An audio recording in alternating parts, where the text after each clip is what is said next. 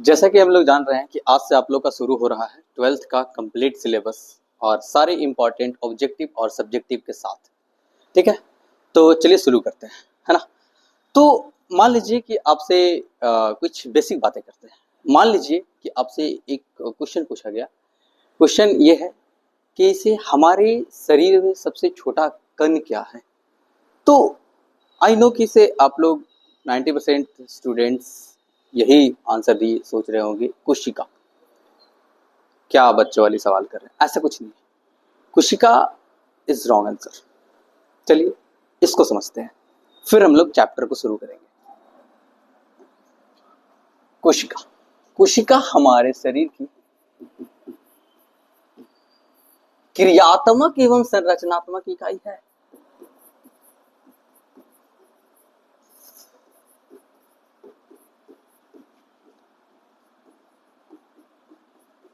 संरचनात्मक इकाई है, ना कि सबसे छोटा कण है। क्रियात्मक एवं संरचना स्ट्रक्चरल एंड फंक्शनल यूनिट।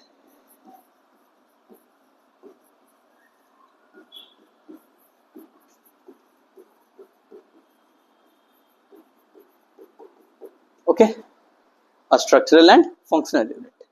अगर स्मॉलेस्ट पार्टिकल की बात करें तो हम लोग तत्व से लेके चलेंगे। तत्व एलिमेंट, है ना, जिसे परमाणु भी कह सकते हैं, एटम।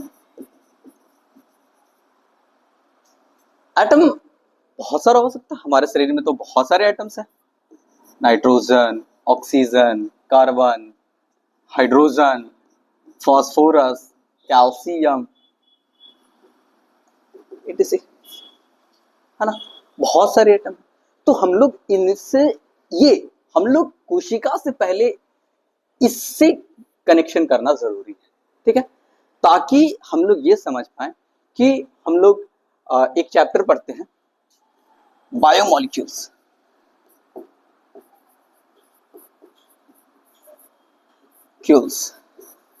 इस चैप्टर में जो मॉलिक्यूल्स है, एटम है, सुक्रोज, ग्लूकोज, प्रोटीन्स कैसे बना है, हमारा कोशिका से पहले बहुत सारी एटम्स के बारे में बात करते हैं, मॉलिक्यूल्स के बारे में बात करते हैं। इसलिए मैं कह रहा हूं कि हम लोग को यहां से समझना भी जरूरी। एक इंटरेस्टिंग फैक्ट ये है, जो बेसिक चीजें मैं बता रहा हूं, आप इसे देख लो। अगर बात करें ब्रह्मांड की निर्माण की बात करें, ब्रह्मांड के निर्माण की बात किया जाए तो एक थ्योरी है बिग बैंग। बिग बैंग ये ब्रह्मांड के निर्माण के बारे में बताता है कि कैसे एक परमाणु में विस्फोट से आज इतना बड़ा ब्रह्मांड बन गया। और वहां से हम लोग देखते हैं चीजों को, जैसे एक परमाणु से विस्फोट हुआ, ब्रह्मांड बन गया, ब्रह्मांड बन गया, ब्रह्मांड बन गया। यहाँ इसी ब्रह्मांड में पृथ्वी है और इसी पृथ्वी पर जीवन की शुरुआत हुई। जीवन की शुरुआत हुई। अब इस जीवन की शुरुआत कैसे हुई, यहां से आगे की कहानी। बहुत सारे परमाणु थे, बने धीरे धीरे परमाणु थे। परमाणु अणु का निर्माण किए और उनमें से कुछ अणु जीवित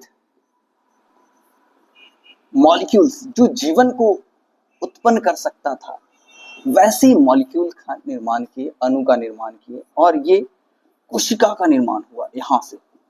तो ठीक है, इसके बाद किसका निर्माण हुआ? कोशिका का। कोशिका जो है, कोशिका से बना बहुत सारे उत्तक, कोशिका से बने उत्तक, उत्तक से बना,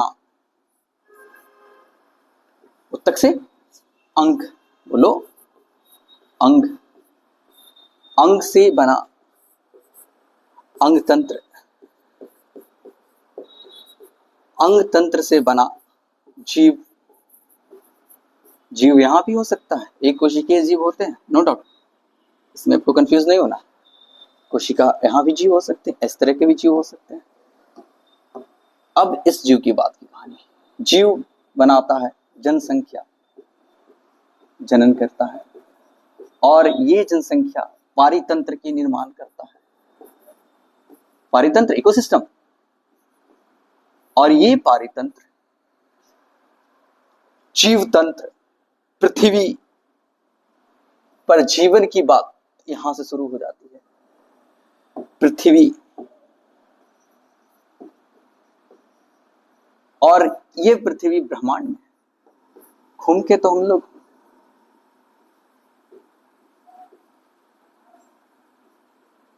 वही पहुंच गए जहां से कहानी हमारी शुरू हुई,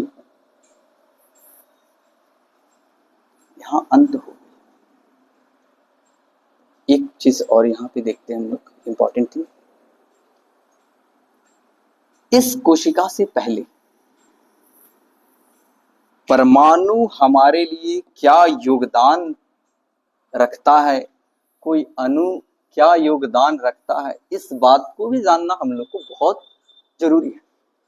ठीक है, इसके बाद आगे चलते हैं दूसरी सेक्शन पे, जो मुझे बताना है, दूसरे जो पार्ट है, कोशिका विभाजन के बारे में कुछ बातें।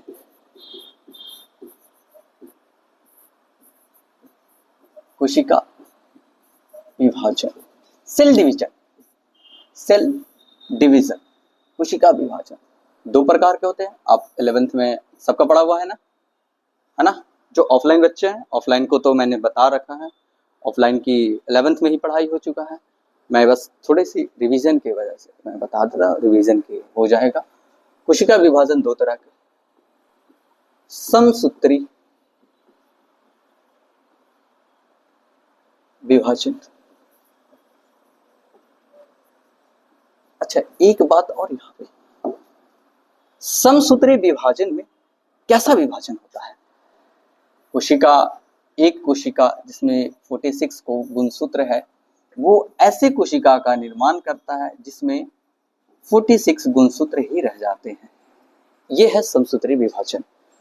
समसूत्री विभाजन मतलब क्रोमोसोम की संख्या, क्रोमोसोम की संख्या मतलब गुणसूत्र, गुणसूत्र की संख्या समान रह जाती है।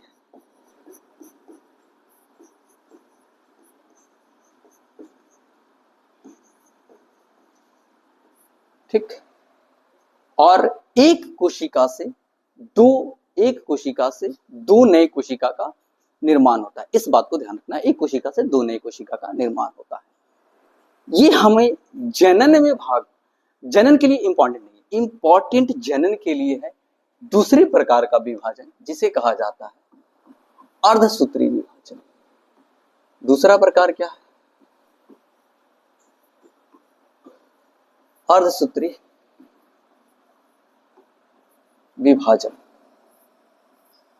अर्धसूत्री विभाजन, गुणसूत्रों की संख्या, अर्धसूत्री विभाजन में गुणसूत्रों की संख्या आधी हो जाती है। गुणसूत्र क्रोमोसोम की जो संख्या है आधी हो जाती है।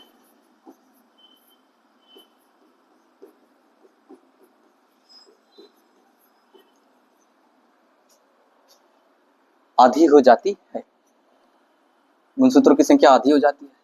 दूसरी बात, अर्धसूत्री विभाजन में एक कोशिका से, सेल से 4 नए कोशिका बनते हैं।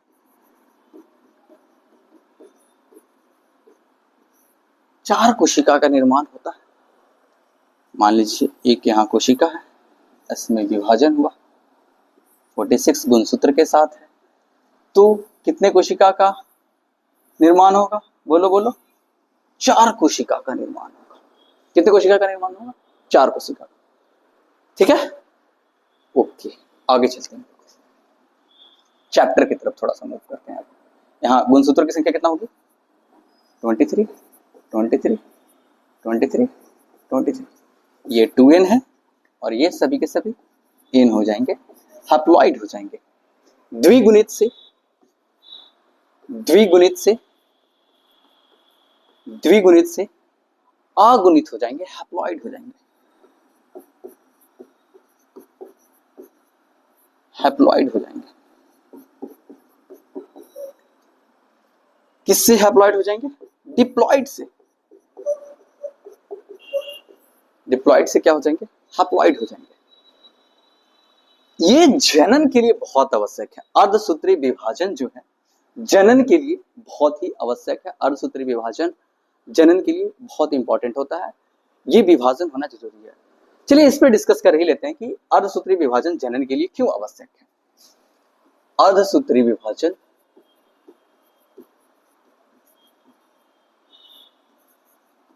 लैंगिक, खास करके लैंगिक जनन की बात करते हैं हम। लैंगिक जनन के लिए क्यों आवश्यक है? सवाल तो कुछ भी हो सकता है।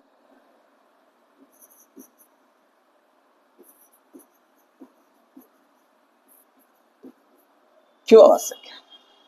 क्योंकि देखिए आप यहां पे मान लेते हैं कि नर है, एक मादा है ना, एक नर और मादा है। अगर अर्धसूत्री विभाजन नहीं होता है तो क्या होगा? अर्धसूत्री विभाजन नहीं होगा तो इसमें 46 गुणसूत्र है। चलिए यहां पे कितना होगा? 46 है। 46 गुणसूत्र मिलेंगे तो हो जाएगा 92, जो कि सही नहीं है। होना चाहिए था इसमें भी 46। चलिए इसको सही करते हैं, कैसे होगा।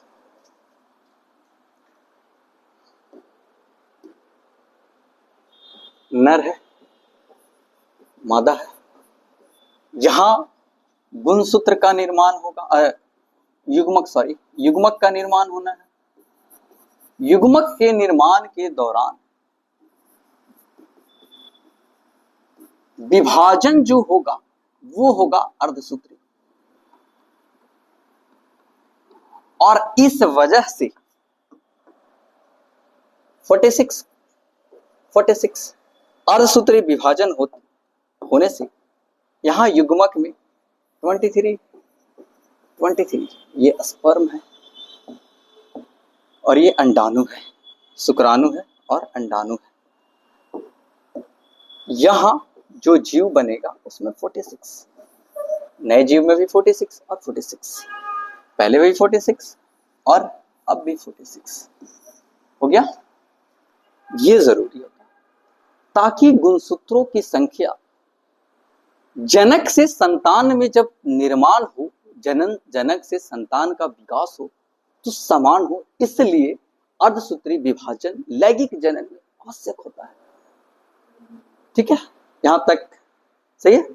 आगे चलते हैं, आगे आते हैं हम लोग चैप्टर पे। चैप्टर है जो आपका फर्स्ट चैप्टर है, आप लोग का चैप्टर का नाम है जीवों में जनन, रिप्रोडक्शन इन ऑर्गेनिज्म।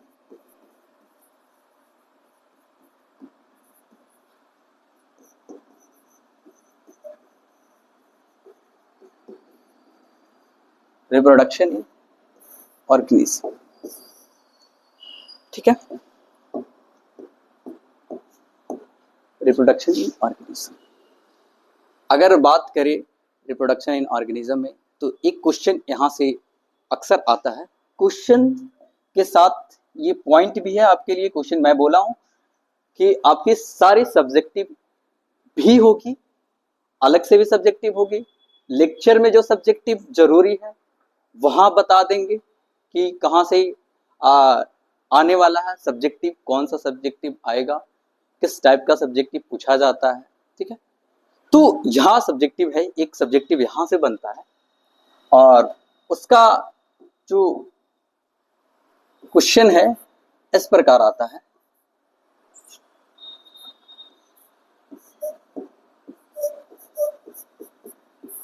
ठीक है, वो ये है, जीवन काल क्या है? जीवन काल टॉपिक भी है आपका, जीवन काल या जीवन अवधि।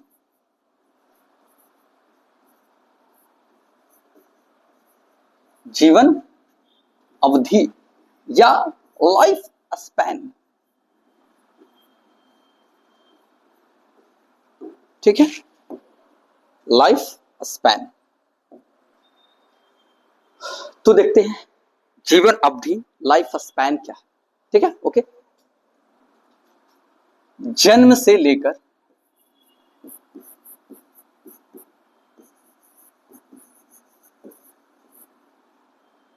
प्राकृतिक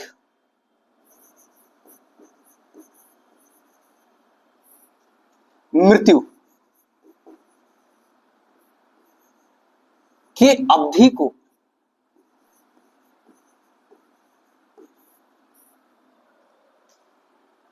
जीवन काल कहा जाता है। जीवन काल या जीवन अवधि कहा जाता है, कहा जाता है। अंडरस्टैंड? जन्म से लेकर जब तक उसकी प्राकृतिक, जैसे कोई जा रहा है रोड पे और एक्सीडेंट हो गया और मर गया, या कोई किसी तरह के और घटना की वजह से उसकी मृत्यु हो जाती है। जैसे आप एक दूध में बैक्टीरिया है, लाए खौला दिए, बैक्टीरिया को क्या पता था कि आप खौलाने वाले हैं, बेचारा मर गया। तो इस तरह के मृत्यु इसके अंतर्गत नहीं आता है। यहां पर एक पॉइंट होता है जो समझने की बहुत जरूरी है कि जो जीवन काल या जीवन अवधि है ना, जीवन काल या जीवन अवधि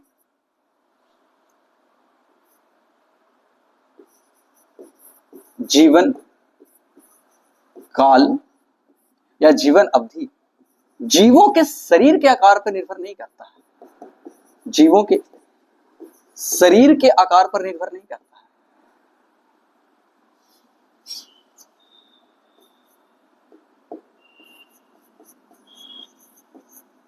शरीर के आकार पर निर्भर नहीं करता है।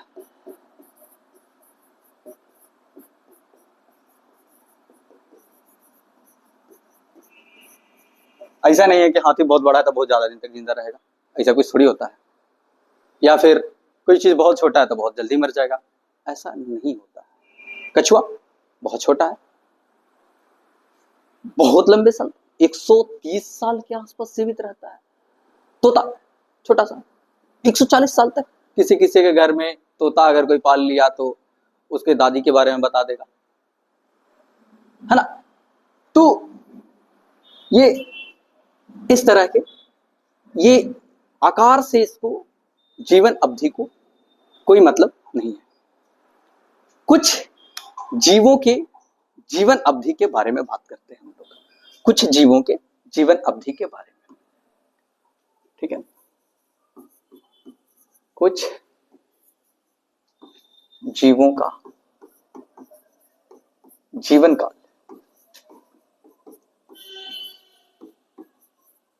ठीक है, देखते हैं। हमारे पास है हाथी। हाथी का जीवन काल कितना होता है? बताओ बताओ। 70। कौवा, कौवा का जीवन काल कितना होता है? बताओ। 15 साल। 15 साल। कुत्ता का जीवन काल कितना होता है? लगभग 25 वर्ष। गाय का लगभग 20 से 25 वर्ष, ये भी जिंदा रहता है। कछुआ का बताओ, कछुआ का कितना होता है? 130 साल। ठीक है, आपके पास नोट्स होगा पहले से, जो ऑफलाइन के बच्चे हैं उनके पास नोट्स है, रिवीजन कर लेंगे, वीडियो देखेंगे, नोट्स बनाने की आवश्यकता नहीं है। अगर किसी को नोट्स बनाना है तो नोट्स बना सकते हैं, अगर नहीं तो कमेंट कर सकते हैं, मेल अपना, मैं उनको इसका नोट्स सेंड कर दूंगा, है ना। तो आगे चलते हैं, आगे देखते हैं। बरगद, बरगद 1000 साल तक जीवित रह सकता है। आगे देखते हैं, बरगद के अलावा पीपल, पीपल का पौधा मतलब पेड़, सॉरी पीपल का पेड़ 200 से 250 साल तक जीवित रहता है। तितली, तितली की बात कर लेते हैं, है ना। तितली 1 से 2 हफ्ता, सप्ताह, है ना, 1 से 2 वीक। और देख लेते हैं एक तो घोड़ा, घोड़ा, घोड़ा 60 साल। वर्ष में है, ध्यान रहे ये जो सभी चीजें लिखी हैं वर्ष में है, सप्ताह में जहां है वहां पर मैं मार्क कर दिया हूं, ठीक है।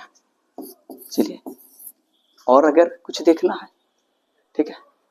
हाथी, कौवा, तोता, तोता, तोता, हमारे पास एक तोता, तोता 140 साल, है ना, 140 साल। ये कुछ जीवों का जीवन काल है, जो इसमें से ज्यादा जो इंपॉर्टेंट जो होता है मैं मार्क कर दे रहा हूं, क्योंकि आप एग्जाम बोर्ड को देना है, ठीक है। कौवा, कछुआ, बरगद, पीपल, ठीक है। कभी कभी तितली का दे दिया जाता है क्वेश्चंस में, ठीक है। तो मैं मार्क करती हूँ आगे। ये हो गई जीवन अवधि के बारे में। अब बात करते हैं हम लोग जीवन चक्र की अवस्थाएं क्या है। जीवन चक्र की अवस्थाएं मतलब कोई जीव जन्म लेता है, कुछ समय तक, जैसे जन्म लेते के साथ वो उसकी कार्य क्षमता अलग होती है। वो बच्चा, कोई बच्चा जन्म लिया, दिन भर सो रहा है, बड़ा होता है तो उनमें अलग अलग जिम्मेवारियां आती है, वो अलग अलग एक्टिविटीज, स्कूल वगैरह, ठीक है, दोस्त, बहुत सारी चीजों में इन्वॉल्व हो जाता है, ठीक है। तो जीवन की अवस्थाएं क्या है, जीवन चक्र की अवस्थाएं क्या है। जीवन चक्र की अवस्था मुख्य 3 अवस्था है, ध्यान रखना है, ठीक है। Phases of life cycle, phases of life cycle, phases of life cycle, ठीक है। आगे आते हैं, फेजेस ऑफ लाइफ साइकिल। क्या क्या जीवन की प्रवस्था है। जो अवस्था है, फर्स्ट अवस्था, जन्म, जो कोई जीव अगर जन्म लेता है तो पहली अवस्था को बोला जाता है किशोरावस्था। पहली अवस्था को क्या कहते हैं, किशोरा अवस्था, ओके है, किशोर अवस्था। जुवेनाइल फेज,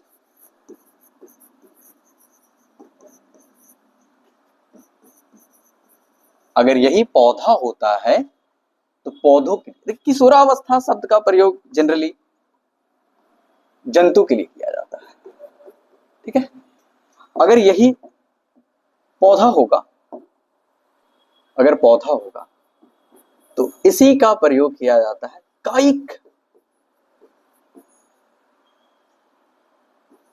कायिक अवस्था। क्या कहते हैं इसको, कायिक अवस्था, वेजिटेटिव फेज,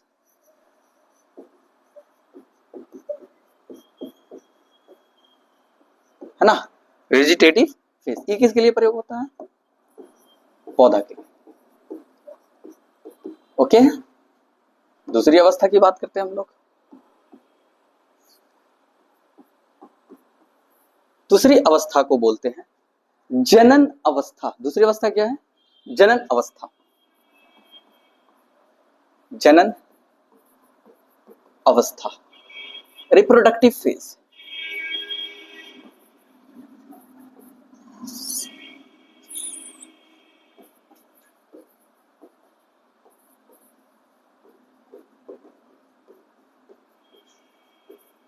रिप्रोडक्टिव फेज। तीसरी जो अवस्था है इसे कहा जाता है जीनरता या वृद्धावस्था।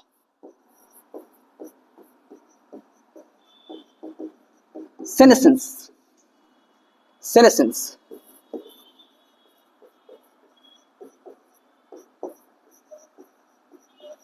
बुढ़ापा। तो अगर बात किया जाए इसके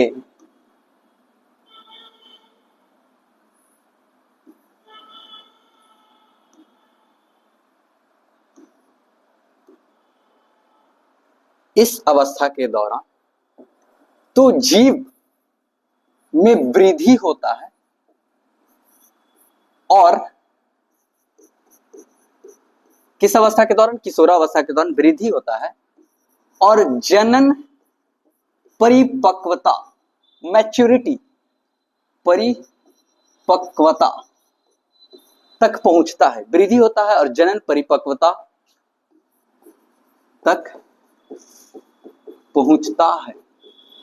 और भी बातें हैं। इस दौरान जनन अंगों की विकास होता है, जनन अंग का विकास होता है ना। तो ये कुछ बिंदु हैं इस अवस्था के बारे में, ठीक है।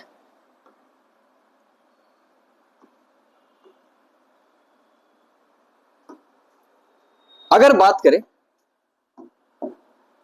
जनन अवस्था के दौरान तो जनन के लिए जनन सक्रिय होता है, जनन की क्षमता आ जाती है इस दौरान, जनन अवस्था के दौरान, रिप्रोडक्टिव फेज के दौरान। इस दौरान जीव जनन करते हैं और अपने जैसे संतान की उत्पत्ति करते हैं। इसी अवस्था के बारे में हम लोग इस चैप्टर में और आने वाले चैप्टर में भी पढ़ेंगे, ठीक है। जीनरता ये मृत्यु की ओर ले जाता है, मृत्यु की ओर ले जाता है। मेटाबॉलिक उपापचय जो है ना, उपापचय घटने लगता है।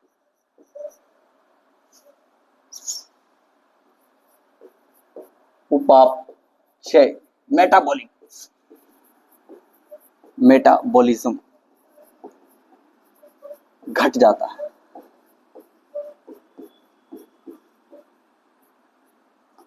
ठीक है। मृत्यु की ओर ले जाता है, जनन अवस्था के बाद आता है, ठीक। यहां तक की जो बातें थी सभी बातें इंपॉर्टेंट है, ध्यान रखना है।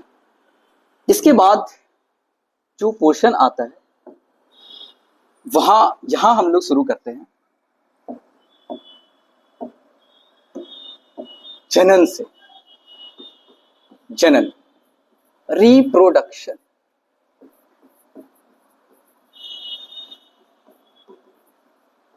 जनन क्या है ये भी अक्सर पूछा जाता है, अक्सर ये सवाल पूछा जाता है कि जनन क्या है। तो इसका सिंपल आंसर जीवों द्वारा, जीवों की वह जैविक क्रिया, वह जैविक क्रिया जिसके द्वारा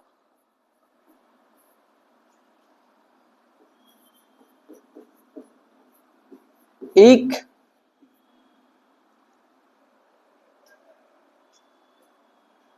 जिसके द्वारा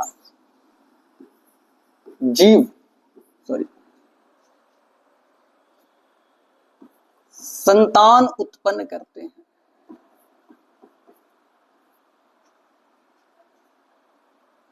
संतान उत्पन्न करते हैं,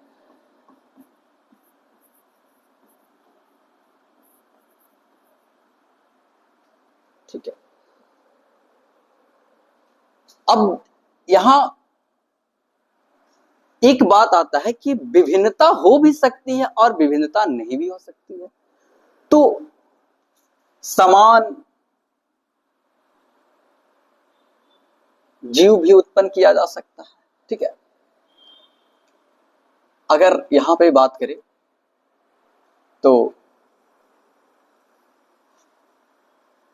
जनन के प्रकार,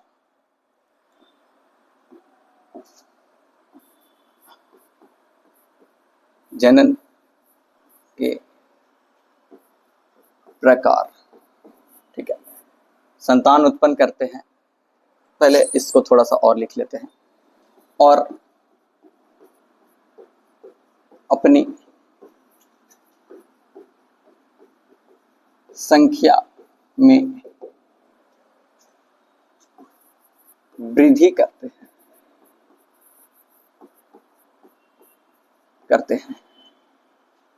और अपनी संख्या में क्या करते हैं, वृद्धि करते हैं।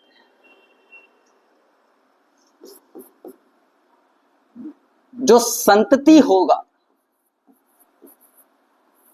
समान या विभिन्न भी हो सकता है।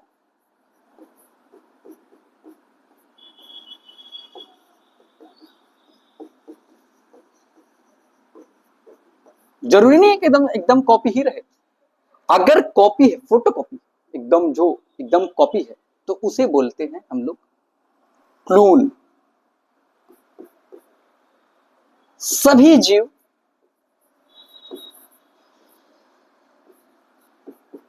जनन, सभी जीव जनन नहीं करते हैं।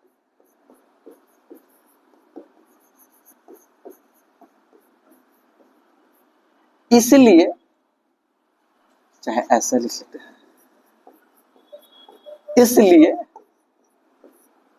इसलिए जनन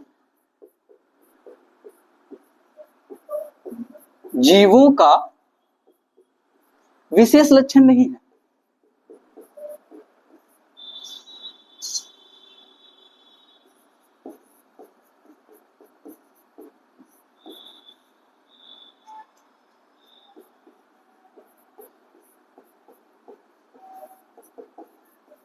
ओके, अब कौन सा जीव है जो भाई जनन नहीं करता है?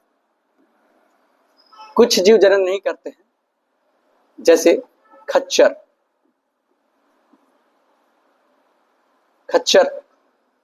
मधुमक्खी,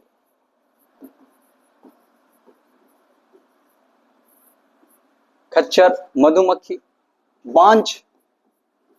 अब बांझ कुछ भी, कोई भी हो सकता है, कोई भी जीव हो सकता है। जनन नहीं करते।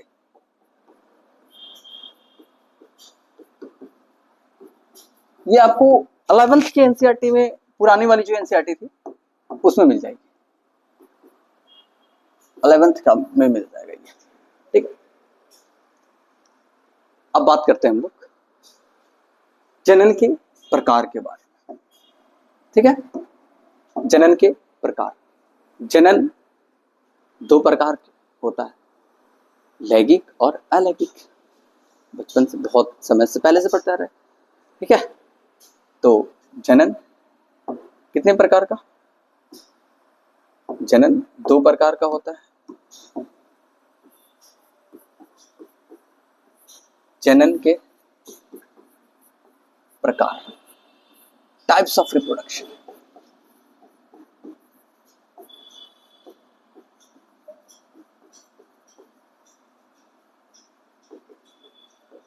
Types of reproduction. ठीक है, फर्स्ट अलैंगिक जनन।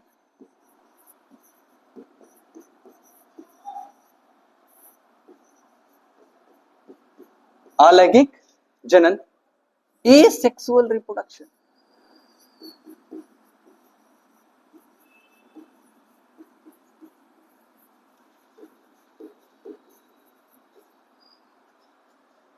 And second is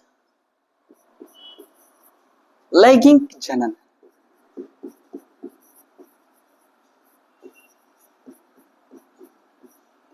sexual reproduction.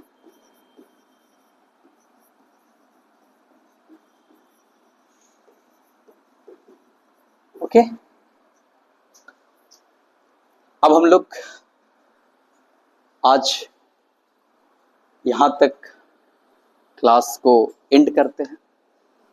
आपको कल से नेक्स्ट क्लास से जब भी आप देखो तो ऑब्जेक्टिव का भी क्वेश्चंस मिलेगा आपको। ऑब्जेक्टिव डेली देखो, मिस नहीं करना है, क्योंकि एग्ज़ाम आ जाएगा तो तब तक बहुत ज़्यादा ऑब्जेक्टिव हो जाएगा, एक दिन में पॉसिबल नहीं है सारे ऑब्जेक्टिव्स को देखना। इसलिए रेगुलर आप ऑब्जेक्टिव देखो। और आपके लिए यहाँ तक के नोट्स अगर चाहिए तो आप मेल कर सकते हैं, या फिर कमेंट बॉक्स में आप लिख सकते हैं।